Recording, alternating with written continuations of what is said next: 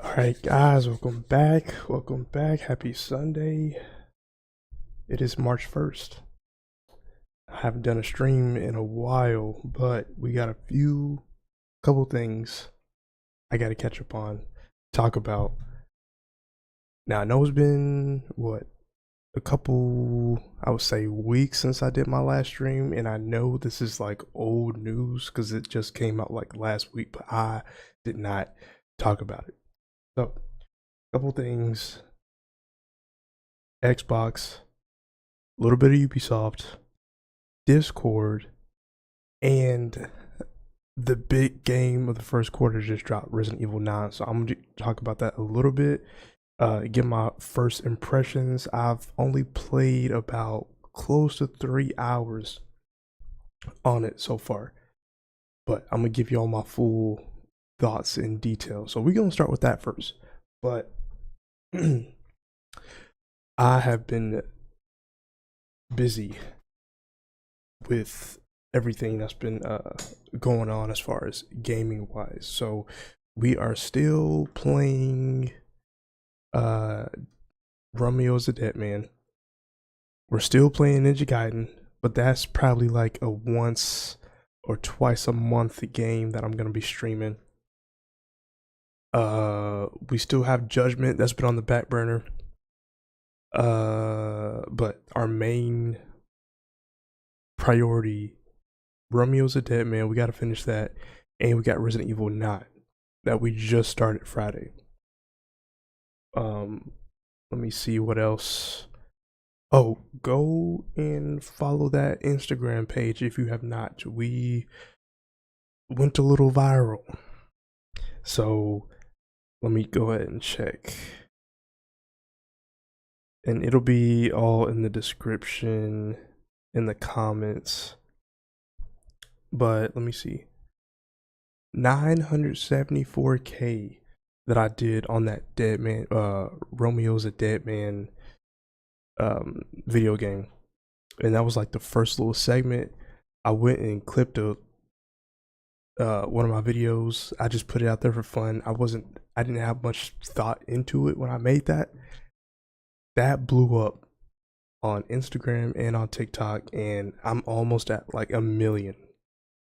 TikTok, I need to see how much I'm at on that. Let me see, 230.4K.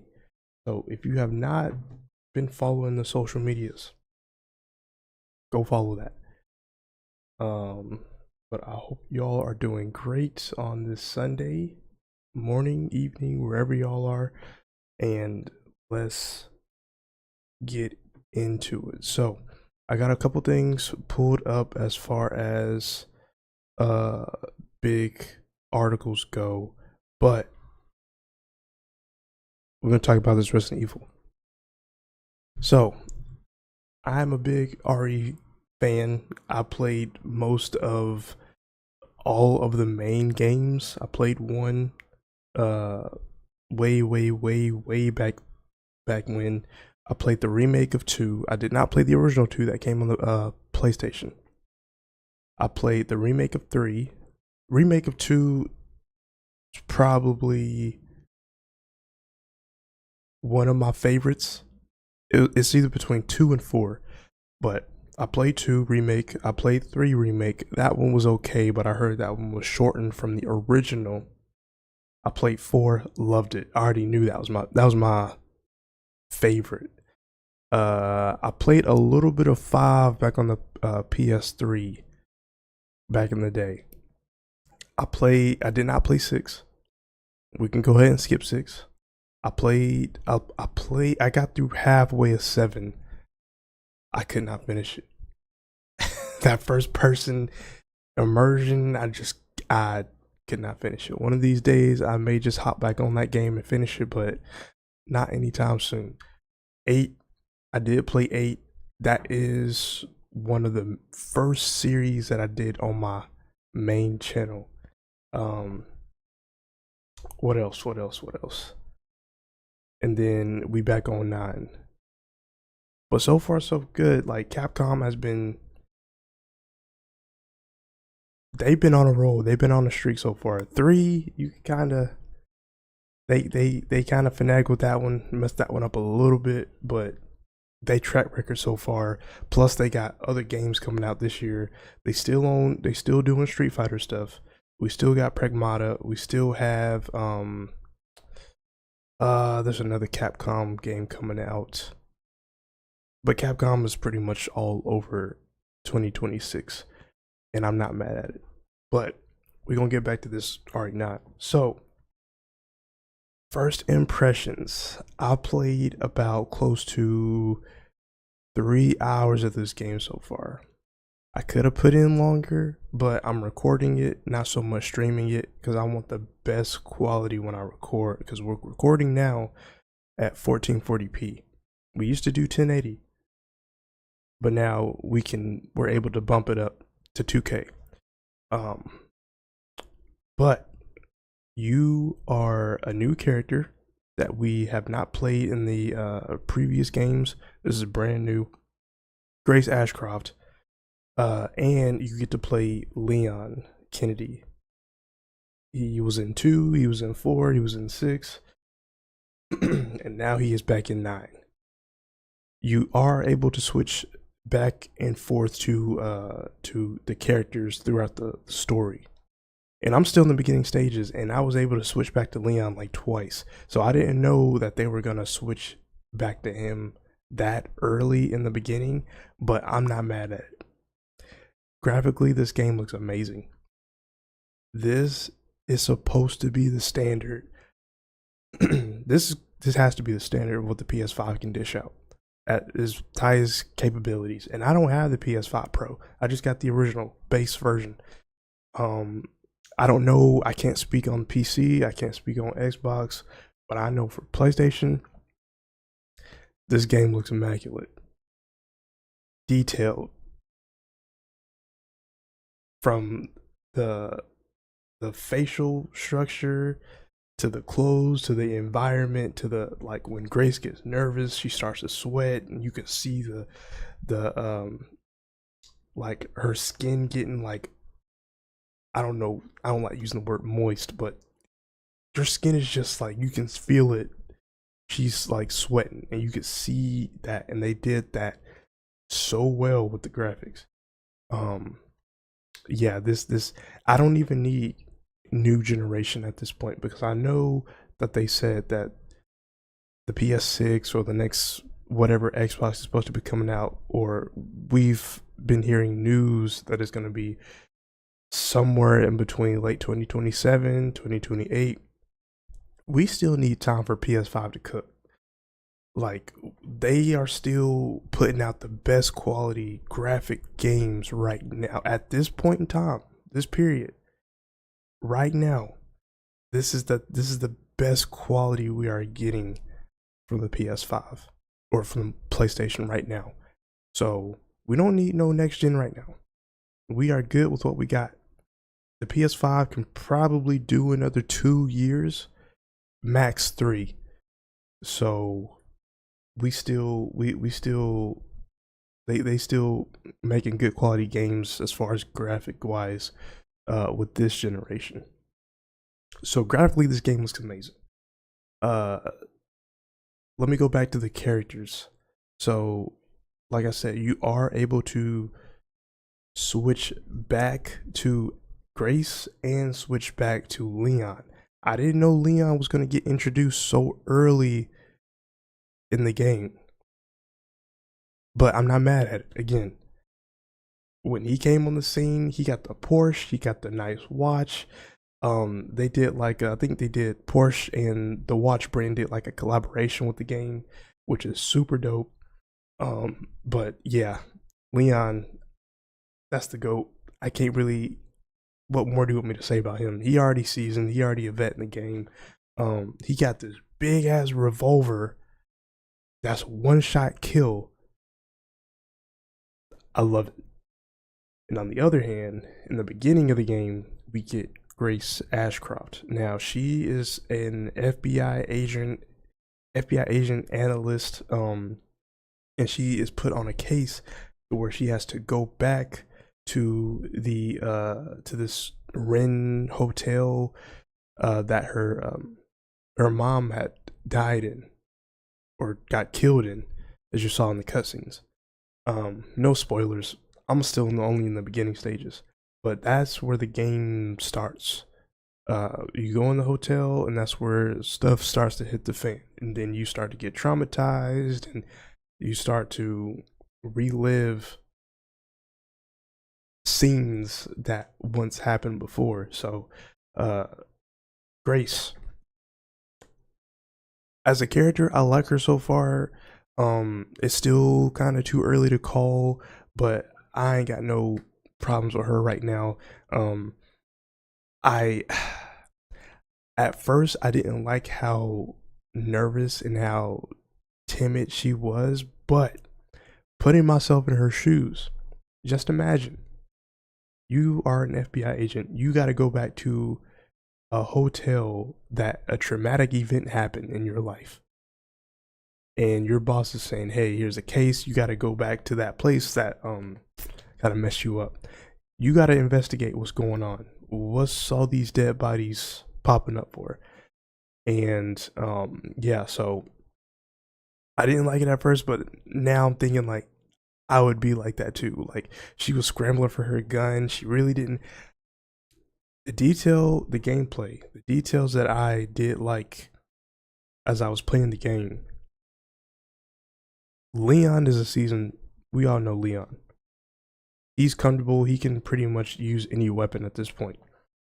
Grace, on the other hand, she's over here scrambling for her gun. She's aiming the gun. She's shaking. Now, I don't know if they had done this before in the previous RE games, but I did notice with this one, with Grace's personality, with her timidness, she's just scared. You can hear her breathing hard.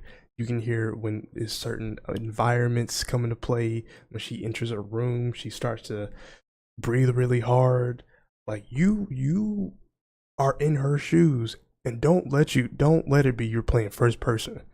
You get in the full immersion while you're playing first person. Now I put it on third because I want to get like I want to see Leon and Ash and Grace in like I just like that third person feel. But if you are into the first person, you're getting that full immersion.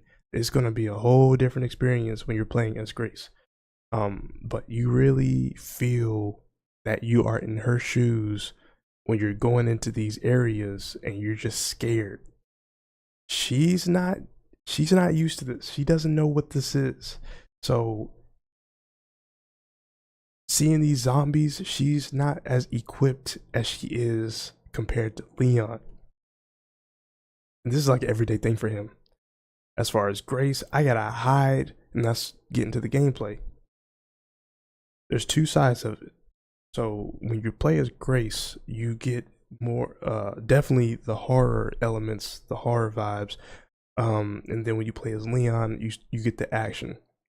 So with Grace, your weapons are limited. You really don't have anything but a flashlight and some throwing stuff to kind of distract the enemies. The zombies that you got to go through, you don't have the necessary equipment to just attack. Like when it comes to Grace's perspective, it really is survival horror. You really have to decide and prioritize what you can take away, what you can put in your inventory, and every bullet has to count. You can't be wasting bullets. Can't. I've learned this from experience. There's enemies where tactfully you gotta maybe hide from, or if you have the ammo, you could go all out. But most cases, you don't have enough ammo, and you gotta kind of figure out a way to get around these enemies. So I like what they're doing with her character. As far as Leon's, like I said, Leon he does this. So when you control him, he has these two pistols, One is a big ass revolver. It's a one shot kill that just start blasting people away. Um, but there was another when you cut back to him, there's a scene in there where you're controlling a chainsaw and you're just cutting down enemies left and right. So uh in the environmental takedowns, like if you're on the corner of a wall, um or any other type of like standing object, he's able to use that against the zombies or any of the enemies. So I'm loving the different takes that this game is doing. I thought we were gonna do like a Leon. We played Grace for half of the game, and then we played Leon for half of the second half. But that's not the case. I like how they went with this route. We get to play Grace for a little bit, then we switch back to Leon, then we switch back to Grace for a little bit, and then the action ramps up with Leon, and then we go back down to the horror elements where you gotta hide away from the enemies. So I like how they're doing that. But only almost 3 hours in, I'm loving it so far. And you already know, for all the gamers, like y'all can tell when a game is special probably within that 45 to close to an hour window, maybe even less.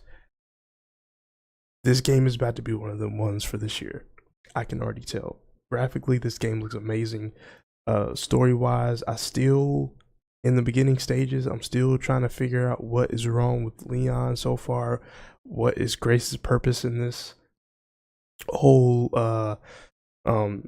tie in with the villain, Victor Gideon, I think that's his name. So the story is still building, it's still unfolding. Gameplay wise, this is the best it's ever been. It's super well balanced. Horror elements mixed with action. You get both of Resident Evil 2 and Resident Evil 4 mixing together. You get 9.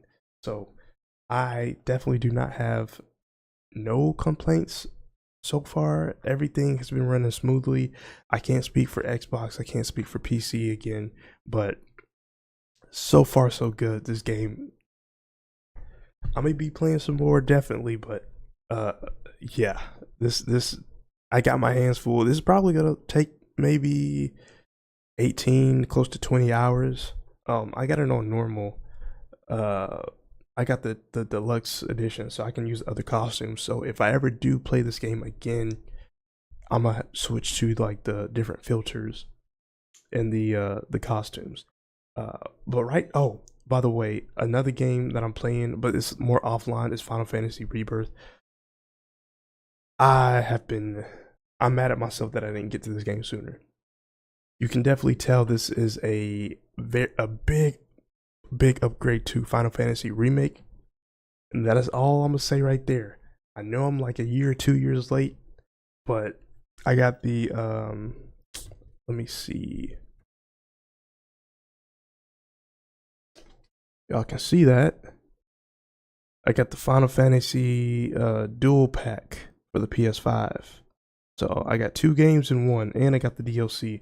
I played the DLC with Yuffie, love her as a character, and now we playing Rebirth. So we're probably about like 2, maybe close to 3 hours in. So we're making pretty good progress, but I know that game is long. That's why I didn't want to stream it. I could stream it, but this game is too long. This is a much bigger project, like more offline than anything. So yeah, that's gonna be it for that. But that is pretty much my take on what my thoughts are with Resident Evil Requiem. Great game. Also, what I forgot to mention is when I got off work, I had to go to GameStop and try and pick it up physical release, because I just like my physical release games. Like, I need tangible objects. The digital stuff is cool, but I just like that physical copy of games. And I tried to go to GameStop, sold out both locations that I was at, could not get it, so I had to get it at the PlayStation store. which was a bummer because I really wanted that copy. But we got it. We still playing it. The show goes on. Okay, so thumbnail. I got Phil Spencer. I got what's the lady's name? Forgive me. Asha, Sarah. Oh, not Asha. Sarah Bond. Yes. And I have Discord. So we will be talking about this whole Xbox situation. And now, I said before, this news is like a week before. I'm just now kind of getting to it because I've been so busy with other stuff. We just now looking at the news right now. But Xbox, I don't know what Xbox is going to do right now. I don't know what type of situation they are in. I don't know what's going to happen to them in the near future. It looks like they really all over the place. So I got this article. I'm gonna put all these links and stuff in the description so y'all can be able to read it yourselves. But let us read through on what is going on with this Xbox Microsoft company. So Xbox shakeup. Phil Spencer and Sarah Bond are leaving Microsoft. So we got some major news that Phil Spencer has left Xbox. He was the president, the top dog of the president when E3 was around, the Xbox conferences. He was the guy to present all of these, not present all of them, but he was pretty much the guy for the Xbox. He was the face. If you saw his, for all the gamers, y'all know, if y'all saw his face, you know he's tied with Xbox. He's the face, was the face at least. And now it was Sarah Bond. So right after Phil Spencer left, Sarah Bond is now leaving. So after nearly 40 years at Microsoft, Xbox chief and Microsoft Gaming CEO Phil Spencer is leaving the company, along with Xbox president Sarah Bond. Oh, my bad. I got mixed up with president. She's the CEO. That's, yeah, even bigger. Sarah Bond was the president. So Spencer's retirement was announced in a memo from Microsoft CEO Satya Nadella on February 20, stating last year Phil Spencer made the decision to retire from the company. And since then, we've been talking about succession planning. Tom Warren has more here on how it all went down and why the news arrived when it did. Last summer, Microsoft responded to rumors of Spencer's retirement, saying at the time that he was not retiring anytime soon. Microsoft's core AI president Asha Sharma will be moving into Spencer's former role as Microsoft Gaming CEO. So we got Asha Sharma. Let me actually look her up. Asha Sharma. I believe I have seen her face before. So she's going to be the new person. So she's going to be the new gaming CEO. I don't know much about her, but yeah, she's filling some big shoes. Okay. And while Matt Booty, that's a crazy last name, is being promoted to EVP and Chief Content Officer. So Matt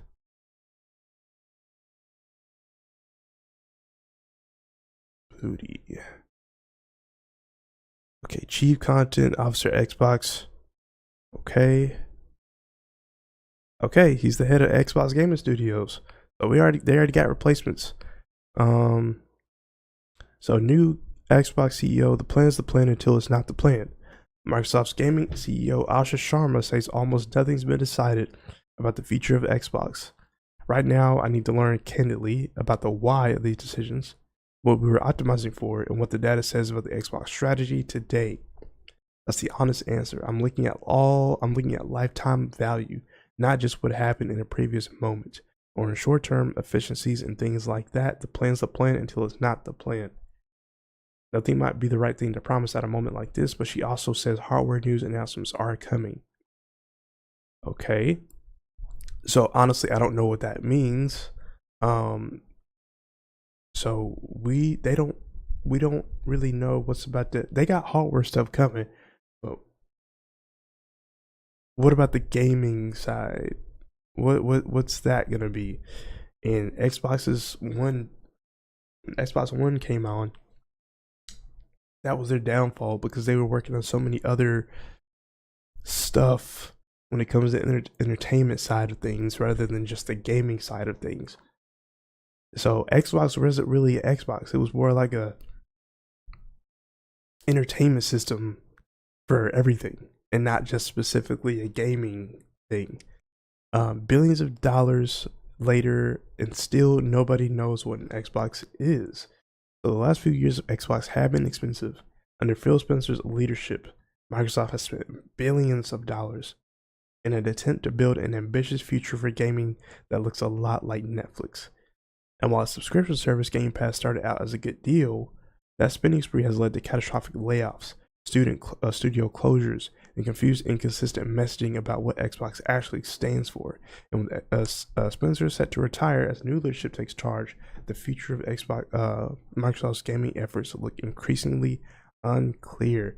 So they already was starting off at a not so great start. So layoffs, studio closures, they closed down so many studios and they just integrated into the Xbox. So it's like you got one dude working under one dude that's working under another dude that's working under another company that's working under another company. It's like an umbrella on top of an umbrella on top of an even like a canvas. It's a lot going on with Xbox, and it's a lot of hands in one pot. So we don't really know who's doing what. So Spencer announced his retirement last week after over a decade leading the Xbox division and nearly 4 at Microsoft. He'll be replaced as CEO by Asha Sharma, formerly president of Microsoft's core AI product, while Xbox. Okay, one of Sharma's commitments she wrote in a memo is the return of Xbox.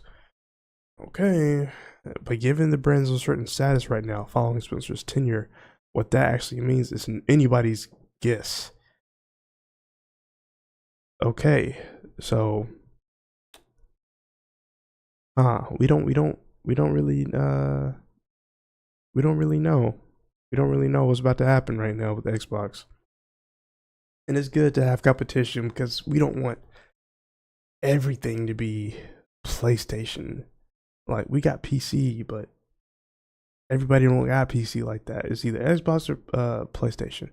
So hopefully with this new, I don't know, this turnover of people, we're gonna be looking at what the consumer wants rather than what the money. The money is important, but it's getting to a point now where that's starting the companies, the high execs, the top execs, that's all they're wanting to that's all they're wanting to want. So hopefully these people, now I don't know if these new people are as experienced with gaming as Phil Spencer, because he was in it. He's actually a gamer, like he knows his stuff. I can't say what they know about this new CEO and this new chief content officer. Are they going to specifically dive in to the games, or are they just gonna look at the numbers and be like, okay, this was selling the most, let's push this, let's push this microtransactions, let's push more on the what the executives want, and not so much what the community player base is wanting. So yeah, we don't know. Okay, let me read this. So this is Bond. So I've decided this is the right. Okay, so this is the girl who stepped down. So she was the president. Now she's leaving. So like Phil Spencer, Bond had a note for the employees at Xbox as she announced her departure, which she shared on LinkedIn Friday evening.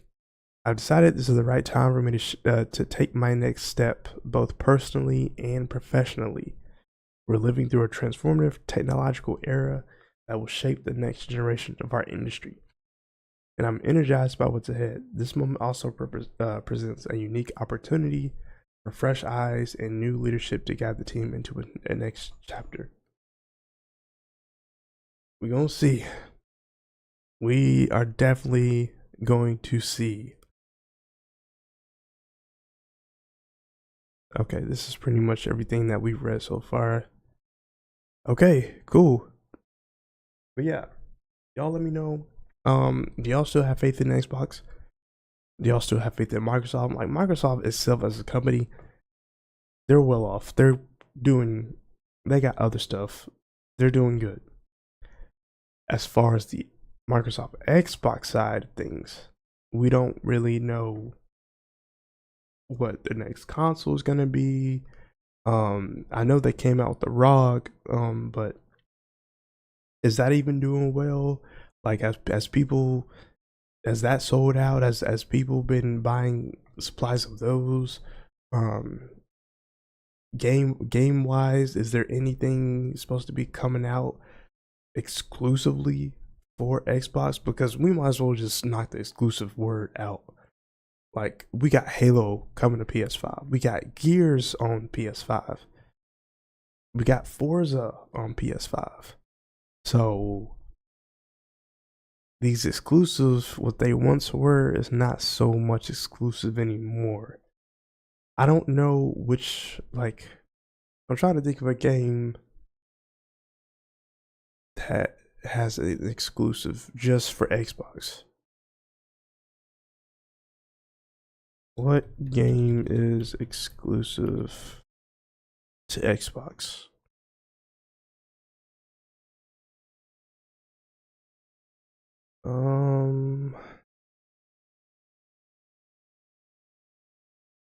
Let me see.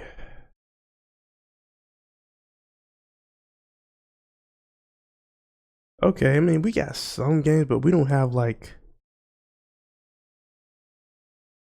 Gears 5.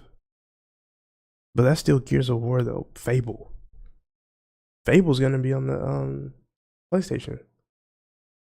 So yeah, these exclusives ain't exclusive no more. New times. But that is all I got for Xbox. That's a big question mark about what's about to happen in the next 3 to 4 years. Shoot, even this year. So y'all let me know. Do y'all still have faith in Xbox? Do y'all know anybody who has an Xbox? Be honest. Just let me know. So now let's go to this next topic. Discord. So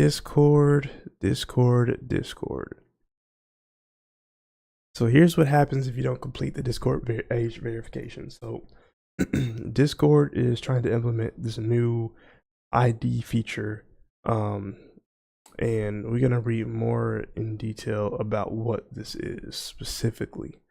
So if you don't want to give Discord your details, here's what you'll lose access when team by default settings hit.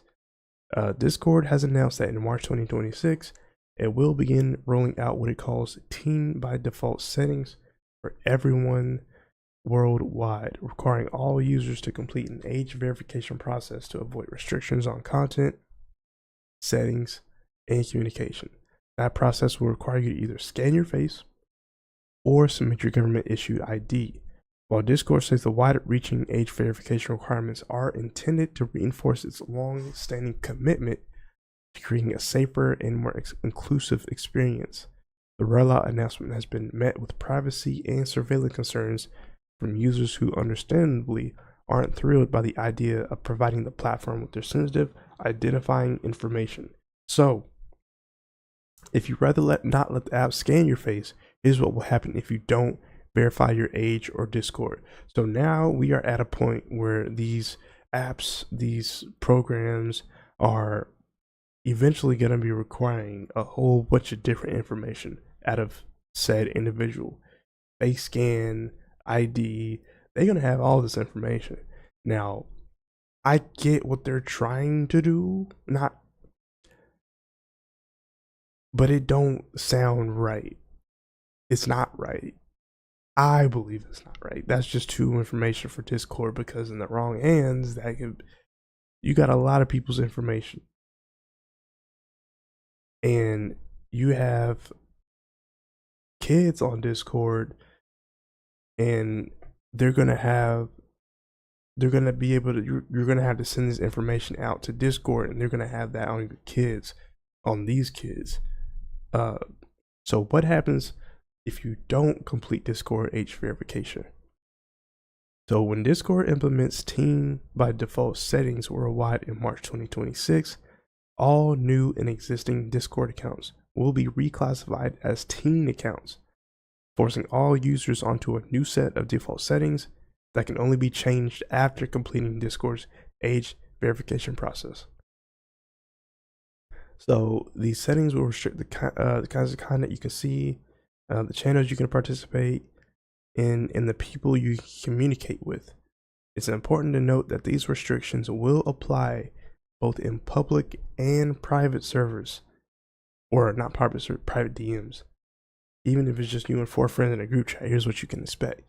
So here's the account limitations for this teen Discord.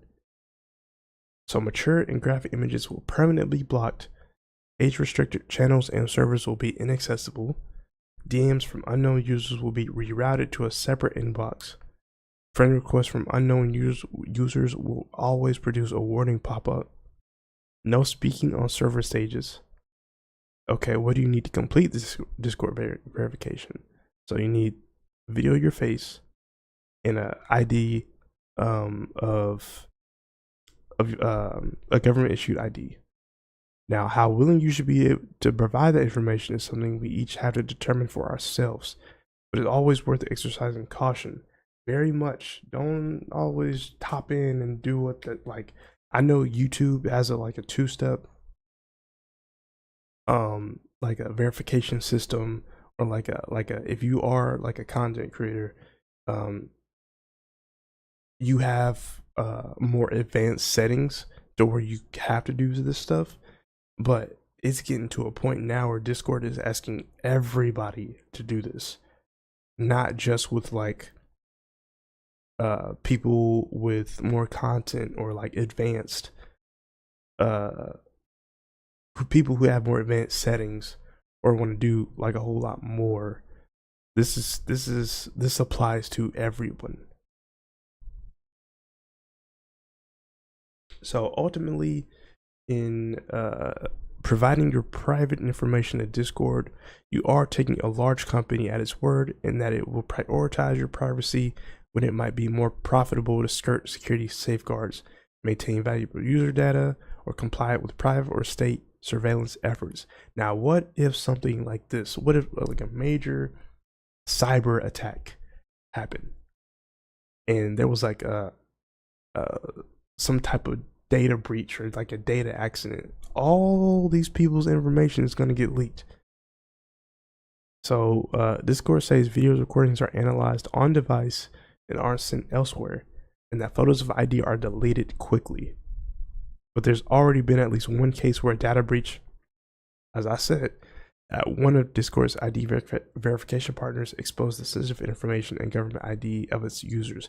So that's the thing. How willing are you gonna go? Are you willing to send Discord the ID or videos of your face to have these features like blocked off or taken off? Because everybody's gonna get hit with this. Either you do it or you don't. And if you don't, you're gonna get restricted. You're gonna have limitations to your account.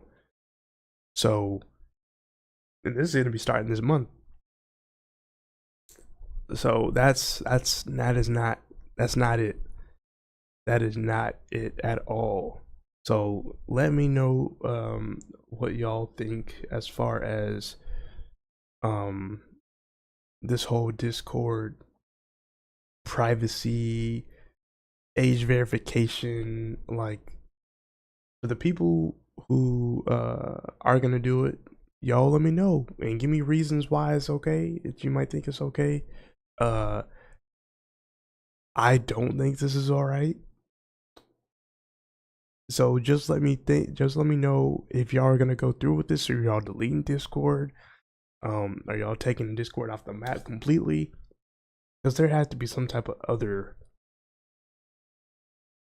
I know Discord is the biggest like community based thing out there, but there has to be some other type of way where people don't have to actually give. Everybody has to give away their information, because we've already got a case where it got leaked, and there may be a data breach that could give away everybody's information. We don't want that. So YouTube, they have similar steps, but again, that's only for the advanced people who are actually doing content creation.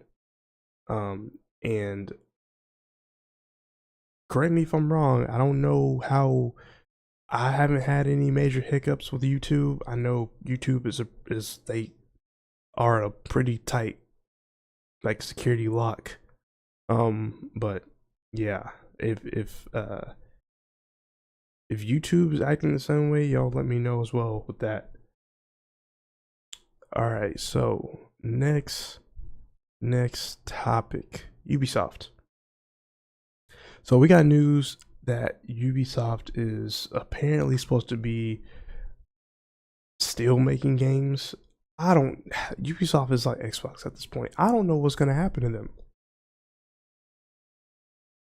I don't know. That's a big question mark. But apparently they're still gonna be making a new Far Cry. They're still gonna be making a new Assassin's Creed. Those are the two gaming franchises that are never gonna be left alone. Those are gonna stay. But we got news that they were shutting down a whole bunch of games that they had planned, but then they just took off the board and was like, nah, we're not doing this no more. So one of the games that they are keeping, though, like I said, Assassin's Creed. So Ubisoft has been clear that it is working on several new games in the Assassin's Creed franchise. So we're not only gonna get one, we're gonna get several new games for Assassin's Creed. So one of those games is Assassin's Creed Hex, a new open world AC game that's been in development at Ubisoft Montreal in some form or another since 2022. Now, according to Tom Henderson on the Insider Gaming podcast, the combat for Assassin's Creed Hex is being reworked. The contortionist is coming in to record the motion capture scenes.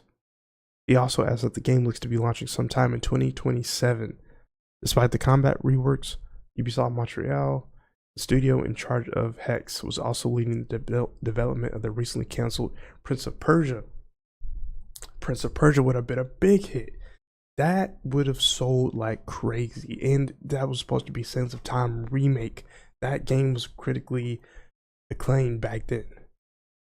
That was when Ubisoft was in their bag with the PlayStation 2, like that whole PlayStation 2, PS3, Xbox 360 era, that Splinter Cell, all that's gonna be gone. So although it seems unlikely that Hex will be cancelled this late in the development, especially since it seems to follow the established Assassin's Creed format rather closely. So recent teasers released by Ubisoft suggest that the new game will feature themes on witchcraft and sorcery, with a distinct horror influence, and it seems like it will be set in Germany. Hex is being directed by Clint Hocking of Far Cry 2, Watch Dogs Legion, and Splinter Cell Chaos Theory fame, but recent changes to Ubisoft's structure resulted in its departure from the company and the project. So despite this, Ubisoft has assured gamers that Hex has survived the tumultuous reshuffling that has seen so many other projects delayed. Well, like I said in the article, we're going to be getting another Assassin's Creed game.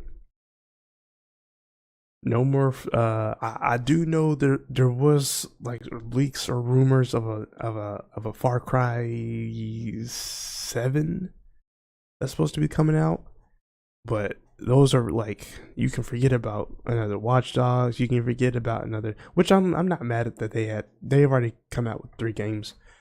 You got Splinter Cell. You got Prince of Persia. Yeah, a whole bunch of Ubisoft games is just with the company just turning, people getting getting let off. Like the people from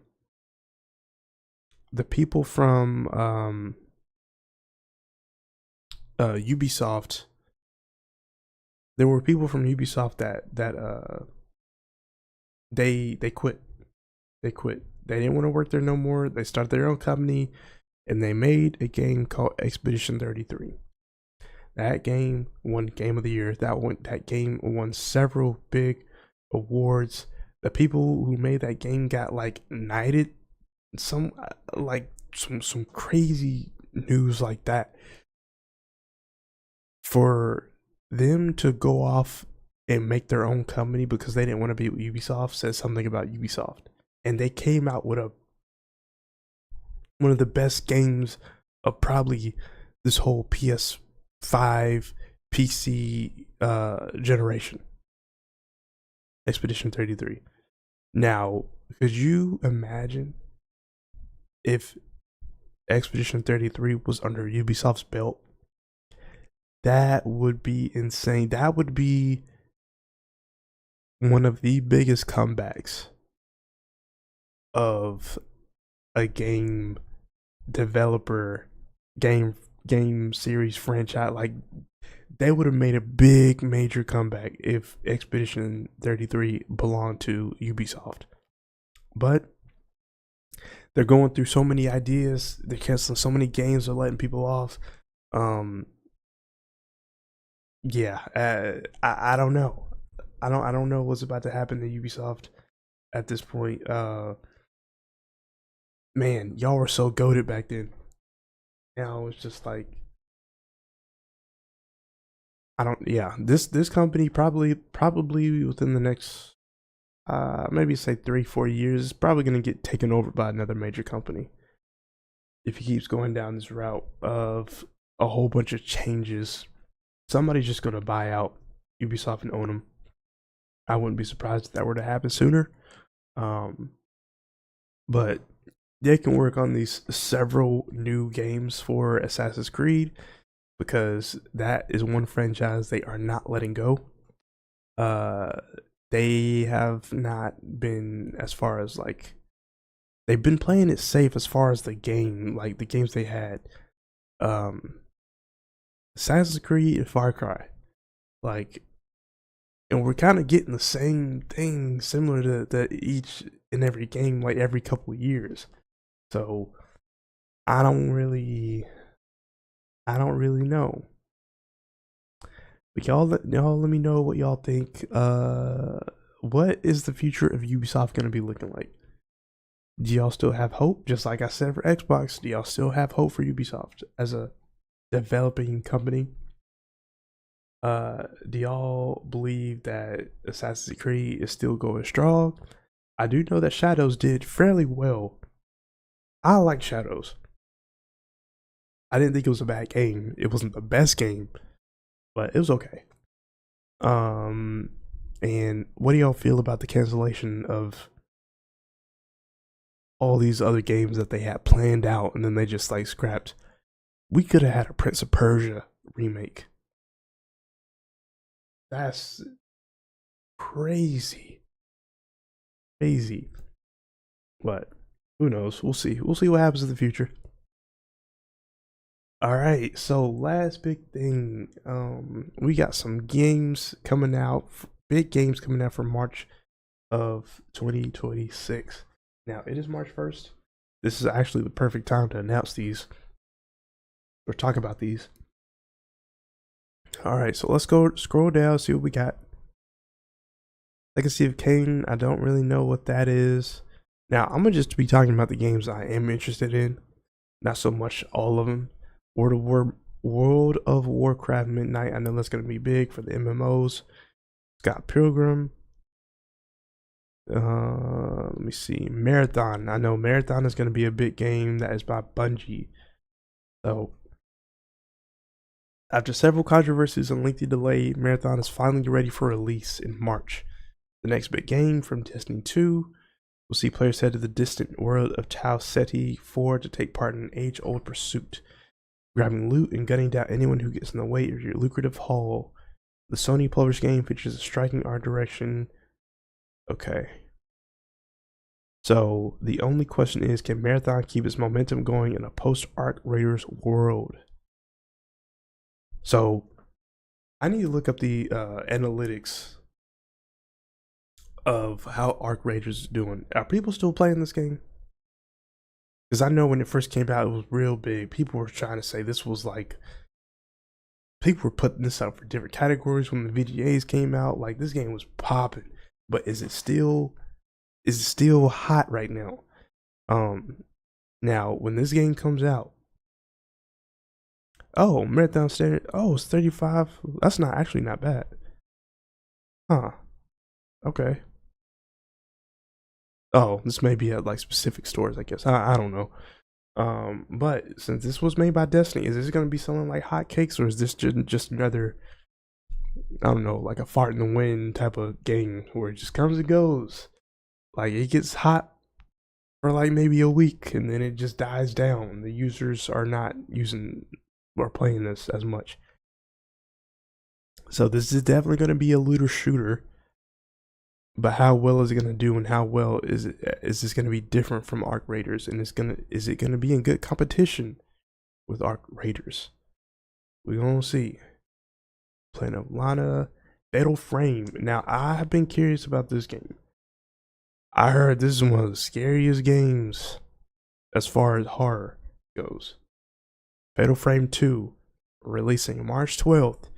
Platforms for PC, PS5, Xbox Series X and S, and Switch 2. Hey, Switch 2 is doing pretty good. Switch 2 came out with, so whenever new games drop for the PS5 and the Xbox, they drop alongside it with the Switch 2. Resident Evil 9 is with Switch 2. Now, I don't know how well that game looks compared to what I got going on, but from what I'm hearing, it's looking like it's holding up.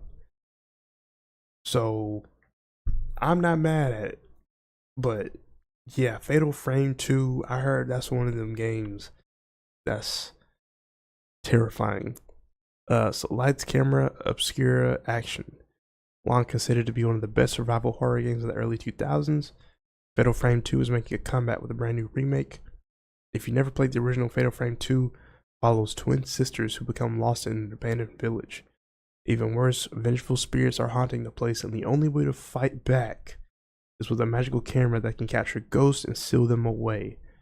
The remake will offer updated visuals and quality of life gameplay improvements, as well as a new gameplay mechanic designed to emphasize the deep bond between the sisters. Okay. Looks promising. WWE 2K26. I did not know that they were going to be coming out with a game this soon. I thought these series would be coming out in like the fall time, but that's cool. I like WWE. I'm caught up, but I have not played any of the recent games. I was thinking about getting 25. Who knows? Who knows? But CM Punk is on the cover, which is dope for him. Let me see. MLB The Show 26, March 17. Okay. Death Stranding 2 on the beach for PC. That is March 19th. So I did download Death Stranding 1. I'm still in the beginning stages of that. That's another game that's on the backlog. It's just, yeah, I'll get to it when I get to it. Another big game of March, Crimson Desert. Now, I don't know what this game is, but this looks some type of open world, as it says, open world single player action RPG. This game looks good. The successor Black Desert, Crimson Desert shifts gears from its predecessors to MMO RPG, designed to give players an open world experience. Okay. Okay, cool. So now that game looks super dope. We got Life is Strange Reunion, so that is a continuation of the recent Life is Strange game that came out, I think, like last year. That's dropping March 26th. Opus Prism Peak, I don't know what that is. Screamer, I don't know what that is. Super Mario Bros. Wonder for the Nintendo Switch 2, dropping March 26th. The Switch 2, Virtua Fighter 5, Revo, dropping March 26th. Mega Man, Star Force Legacy Collection, March 27th. Don't really care about that one. So the only major game for me personally is that Crimson Desert, and that's pretty much it as far as what I can like realistically have time to play.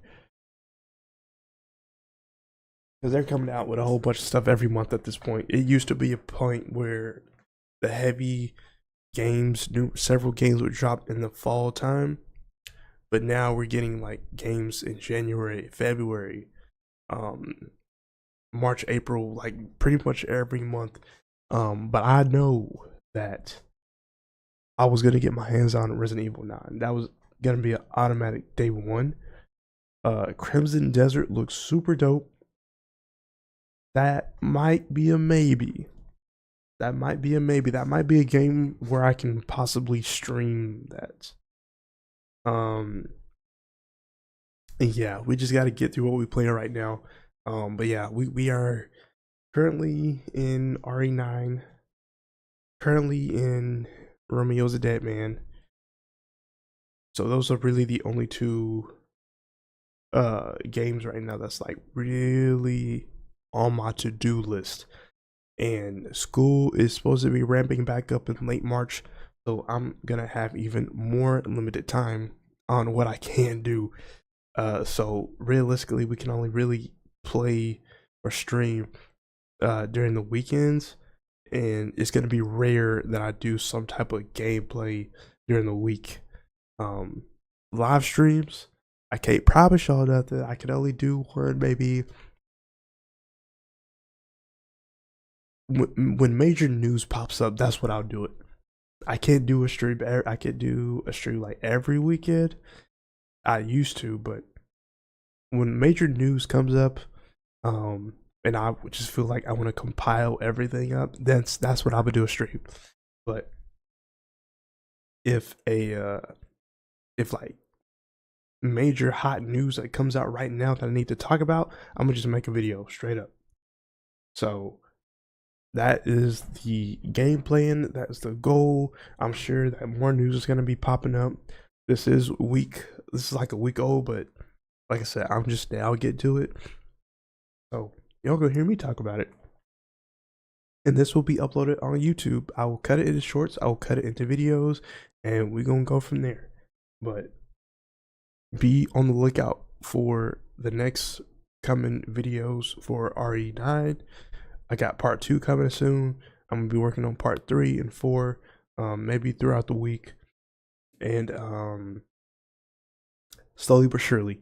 Again, I would stream it, but when I record it, you getting the best quality. I can only go at a certain level when it comes to streaming, and I want to be like super honed in, focused when I play this game. So I want to be immersed. But yeah, that is going to be it for this stream. If you are new, please give a like, sub,